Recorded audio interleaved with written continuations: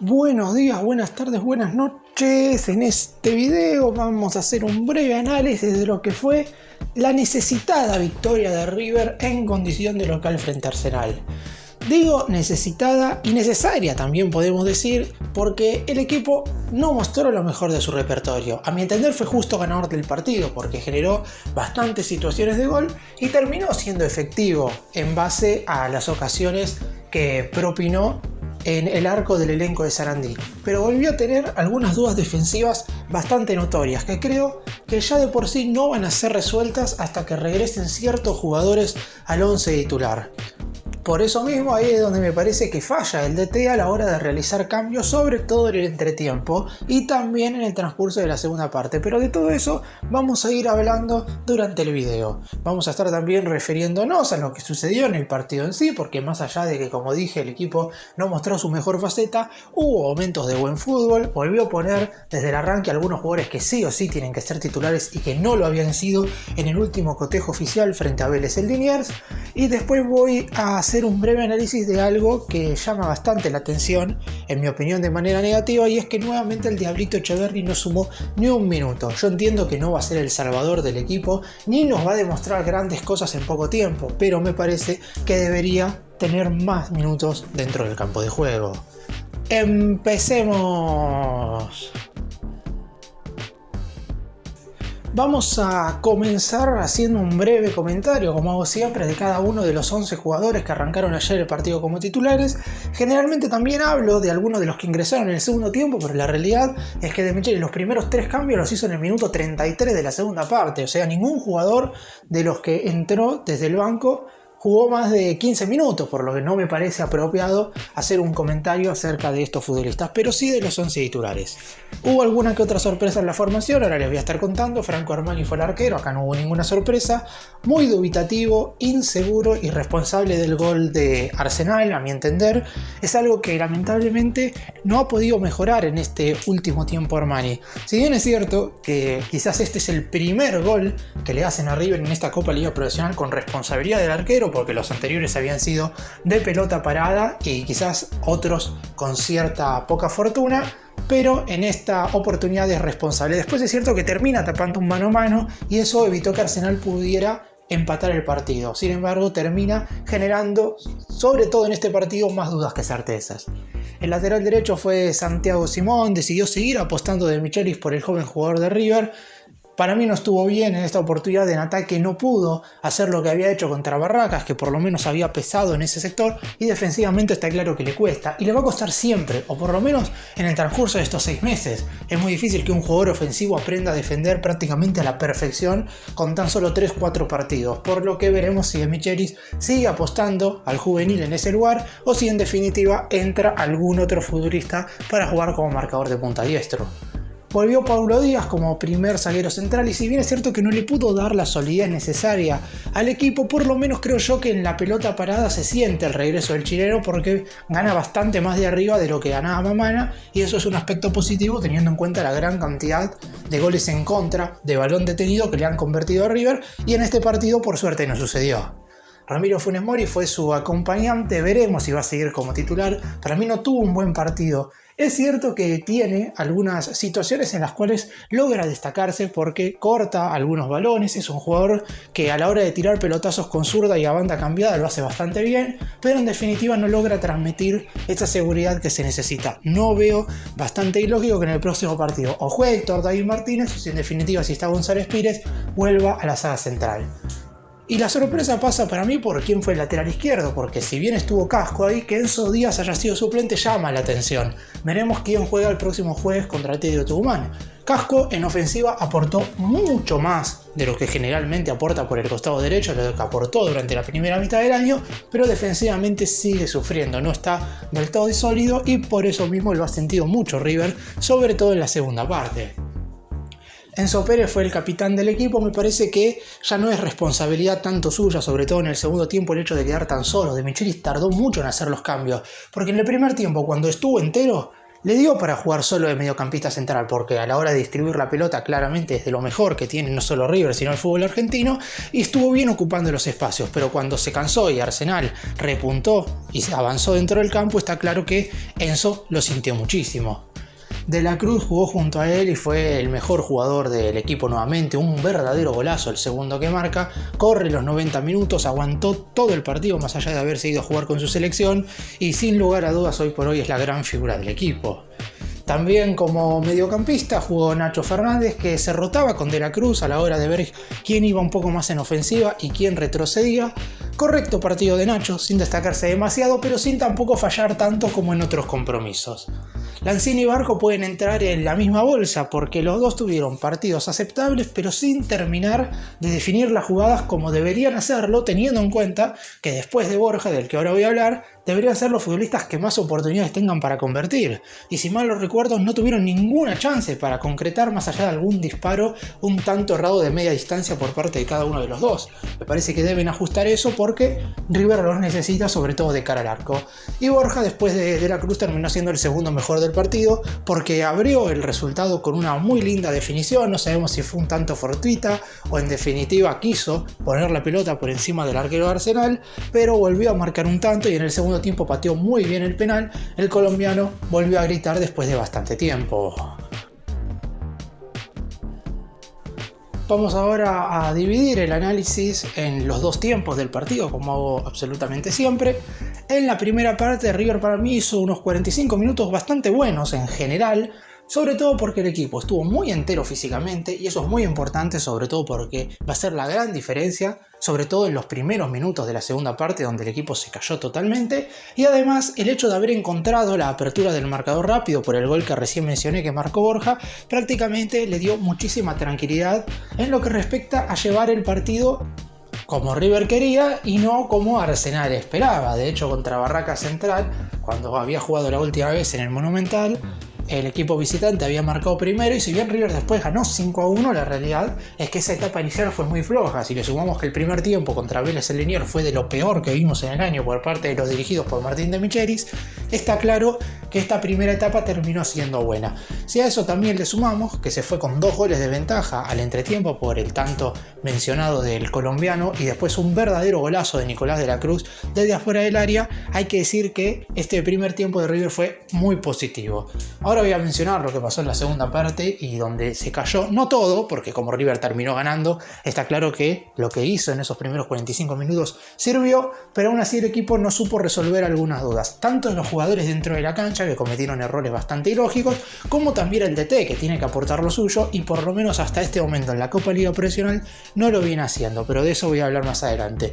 En esa primera etapa se vio a un Casco muy comprometido en ofensiva y teniendo buenos avances, algo que no se había visto con Casco por derecha cuando le tocó jugar en ese sector. Se vio una defensa muy sólida y a un equipo que a la hora de defender las pelotas paradas por lo menos las cabeceaba para el lado contrario a su propio arco, y eso es destacable porque River siempre tiene una jugada de balón detenido en contra muy clara para que el rival anote. No sucedió en esta oportunidad, yo creo que tiene que ver un poco con que haya jugado Pablo Díaz, que es un jugador que de arriba muy bien, y en general el equipo en base a que Enzo Pérez, De la Cruz, Nacho en esa primera parte, sobre todo en los primeros 30 minutos, Lanzini y Barco hicieron un buen despliegue tanto ofensivo como defensivamente, pudo River lucirse. Ganó 2-0, pero era un partido claramente para que en la segunda etapa se diera exactamente lo mismo y que terminara con 4 goles de diferencia. Lamentablemente, por ciertas circunstancias que ahora les voy a estar contando, esto obviamente no sucedió. Los primeros 15 minutos de River en la segunda parte fueron verdaderamente muy flojos, por un par de motivos. Primero, el medio ya no quedó a favor de River como había sucedido en la primera parte. Arsenal en ningún momento dejó al equipo de De Michelis salir jugando desde abajo. Pasaba generalmente esto: Arsenal generó la primera situación de gol, algo que puede suceder, pero a partir de ahí la pelota vuelve a River mediante el saque de arco y sería el Millonario quien debería generar la siguiente ocasión para convertir, o por lo menos tener la pelota para que el asedio del conjunto visitante no sea tan continuo. ¿Qué era lo que sucedía? River no podía salir de la presión Y todo terminaba con un pelotazo de Armani a Borja, que perdió bastantes en ese arranque del segundo tiempo, con un pelotazo de Funes Mori a cualquier lado y se la devolvían a los jugadores de Arsenal, con jugadas bastante confusas entre los mediocampistas porque De la Cruz, Enzo Pérez, Barco, Nacho y Lanzini no se juntaron lo suficiente en esa segunda mitad, algo que es raro y se lo atribuyo mucho, me parece a mí, al tema físico por una cuestión de que en el primer tiempo lo habían logrado. Obviamente también hay que tener en cuenta que Arsenal seguro en el descanso ajustó algunas piezas y eso hizo que River empeorara dentro del campo. Pero fue llamativo como en esos primeros 15 minutos el peor equipo del fútbol argentino, por lo menos si analizamos los números anualmente. Si bien es cierto que era el único que había ganado en el Monumental, eso había quedado demasiado lejos por allá al mes de febrero, mientras que en esta oportunidad River estaba enfrentando un rival verdaderamente muy flojo y Arsenal lo llevó puesto. Es cierto, y esto lo recalco una vez más, que el tanto llega por medio de una falla garrafal de Armani que se le termina metiendo la pelota en un centro que no generaba ningún tipo de peligro. No fue ningún envío de esos que se producen en una especie de tiro de esquina donde hay confusión, hay un leve desvío en un jugador de River, pero el arquero tiene que agarrar esa pelota. Termina metiendo Arsenal el descuento y River a partir de ahí volvió a arrancar. Es cierto, no siendo tan claro, pero tuvo situaciones como para volver a estirar hasta tal punto de que Casco tiró un centro con una buena proyección ofensiva. En el ataque me parece que Casco estuvo bien. Penal no cobrado en primera instancia por el árbitro Fernando Espinosa, que va al VAR y lo termina sancionando. Patea Borja 3-1 y ahí sí partido liquidado. O por lo menos eso hubiera sido al 100% si después Arsenal hubiera tenido un mano a mano que terminó tapando a Armani. Después de esa atajada sí, los últimos 15 minutos fueron absolutamente algo que estaba totalmente de más. River termina llevándose un triunfo en el cual fue superior, pero en el cual tuvo que sufrir de más, a mi entender, porque el entrenador sigue sin hacer cambios en el entretiempo, algo que me parece totalmente ilógico. Y segundo, porque los jugadores tampoco supieron acomodarse al partido. Me parece que más allá de que el DT pueda equivocarse, estás jugando contra Arsenal. Y si en el primer tiempo pudiste, en el segundo también tenés que poder. Y hay que hablar un poco del director técnico, porque así como lo he elogiado mucho en la primera mitad cuando tomó decisiones que fueron muy positivas para que River pudiera salir campeón, creo que en esta oportunidad, si bien es cierto que tiene algunos jugadores que no están a disposición y que van a solucionar a mi entender algunas cosas, como son los casos de González Pires y Aliendro, es algo totalmente lógico, sobre todo lo de Aliendro, porque en ese segundo tiempo donde se veía un River desequilibrado desde lo físico, vos ponés a Aliendro en el segundo tiempo y claramente el equipo se acomoda desde ese punto de vista. Después está claro que Armani no se tiene que equivocar, pero eso es más responsabilidad del arquero y los jugadores tienen que sacar un plus. Pero me parece que con Aliendro el equipo va a lograr tener cierto equilibrio. Así lo hizo en la primera mitad de este año y esperamos que pueda hacerlo también en esta segunda parte del 2023. Pero fuera de eso, siempre me va a llamar la atención que no haga los cambios rápido.